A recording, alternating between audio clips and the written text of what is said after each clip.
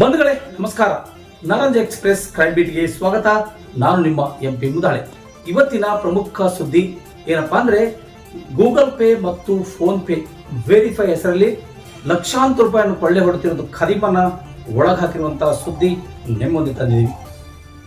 ಬೀದರ್ ಜಿಲ್ಲೆಗೆ ಯಾವತ್ತು ಚನ್ನಬಸವಣ್ಣ ಲಂಗೋಟಿಯವರು ಅಧಿಕಾರ ವಹಿಸಿಕೊಂಡ್ರು SP ಆಗಿ, ಅವತ್ತಿನಿಂದ ಇವತ್ತಿನ ತನಕ ಒಂದಲ್ಲ ಒಂದು ಹೊಸ ಬಗೆಯ ಕ್ರೈಮ್ಗಳನ್ನ ಹೊರಬರ್ತಾ ಇದೆ. ಅದೆಷ್ಟೋ ಮುಚ್ಚಿ ಹೋಗಿದ್ದಂತ ಕ್ರೈಮ್ ಸುದ್ದಿಗಳನ್ನ ಹೊರಹಾಕಿದ್ದಾರೆ. ಎಷ್ಟೋ ಮರೆತು ಮನೆಯಲ್ಲಿ ಮಲ್ಕೊಂಡಿರುವಂತ ಕರಿಮರನ್ನ ಹೆಡೆಮುರಿ ಕಟ್ಟಿ ಒಳಗೆ ತಂದು ಜೈಲಿಗೆ ಅನಿಸಿದ್ದಾರೆ. ಇವತ್ತು ಕೂಡ ನಿಮಗೆ ಒಂದು ವಿಶೇಷವಾದಂತ ವರದಿ ನಿಮ್ಮೊಂದಿಗೆ ನಾವು ತಂದಿದ್ದೀವಿ. ಬನ್ನಿ, ನಾರಂಜ್ ಎಕ್ಸ್‌ಪ್ರೆಸ್ ಸುದ್ದಿ ವಾಹಿನಿಯಲ್ಲಿ ಒಂದು ಸುದ್ದಿ ನೋಡ್ಕೊಂಡು ಬರೋಣ. ಬಂಧುಗಳೇ, ತಮಗೆಲ್ಲ ಗೊತ್ತಿರೋ ಹಾಗೆ ಅನೇಕ ರೀತಿಗಳಿಂದ ಇವತ್ತು ಸುಮಾರು ಜನಗಳು ಕೂಡ ಫೋನ್ ಪೇ ಮತ್ತು ಗೂಗಲ್ ಪೇ ಹಾಗೂ ಇನ್ನಿತರ ವ್ಯವಹಾರಗಳನ್ನ ಸಾಮಾಜಿಕ ಜಾಲತಾಣಗಳಲ್ಲಿ ಮಾಡ್ತಾ ಇದ್ದೇವೆ. ಆದರೆ ಇಲ್ಲೊಬ್ಬ ಭೂಪ ಇದ್ದಾನೆ, ಶಿವಪ್ರಸಾದ್ ಅಂತ. ಈತ ಒಬ್ಬ ಖದೀಮ, ಕಂಡವರನ್ನ ಯಾಮಾರಿಸುವಂತ ಖಯಾಳಿ ಇವನು.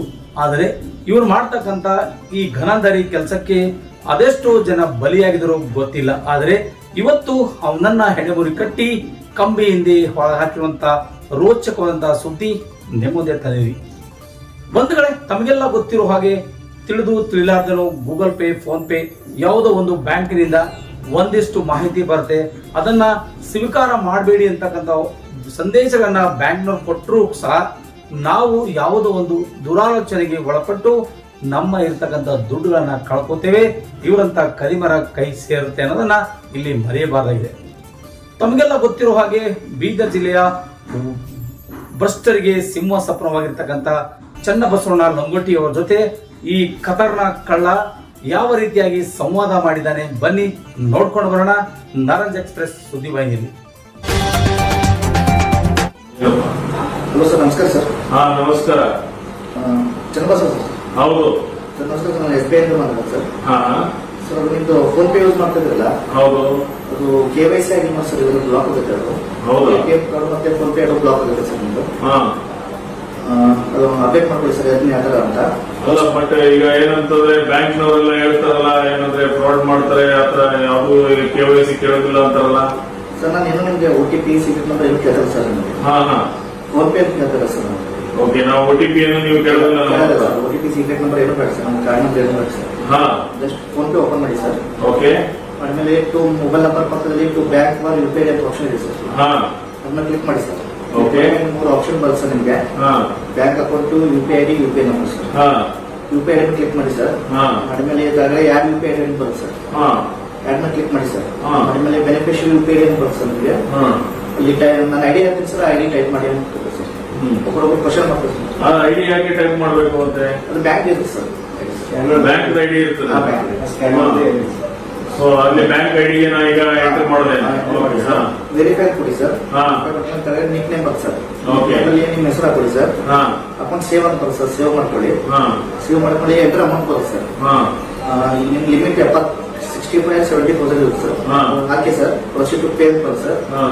ಪೇ ಮಾಡಿ ಸರ್. ಪಿನ್ ಕೇಳ್ತಾರೆ ಸರ್. ನನಗೆ ಹೇಳ್ಕೊಬಿಡಿ ಸರ್, ಪಿನ್ ನಿಮ್ಮ ಮೊಬೈಲ್ ನೀವೇ ಮಾಡಿ ಸರ್. ಅಂದ್ರೆ ಇದು ಹಣ ನನಗೆ ಬರುತ್ತಾ?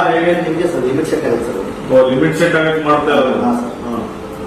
ಸೊ ಈ ತರ ಏನಂತಂದ್ರೆ ಲಿಮಿಟ್ ಸೆಟ್ ಆಗಿ ಪೇ ಆದ ತಕ್ಷಣ ಅದು ಏನಂದ್ರೆ ನಿನ್ಗೆ ಎಲ್ಲಿಗೆ ಬರ್ತಾ ಇತ್ತು? ಯಾರ ಐಡಿ ಹಾಕ್ತೀನಿ ಸರ್.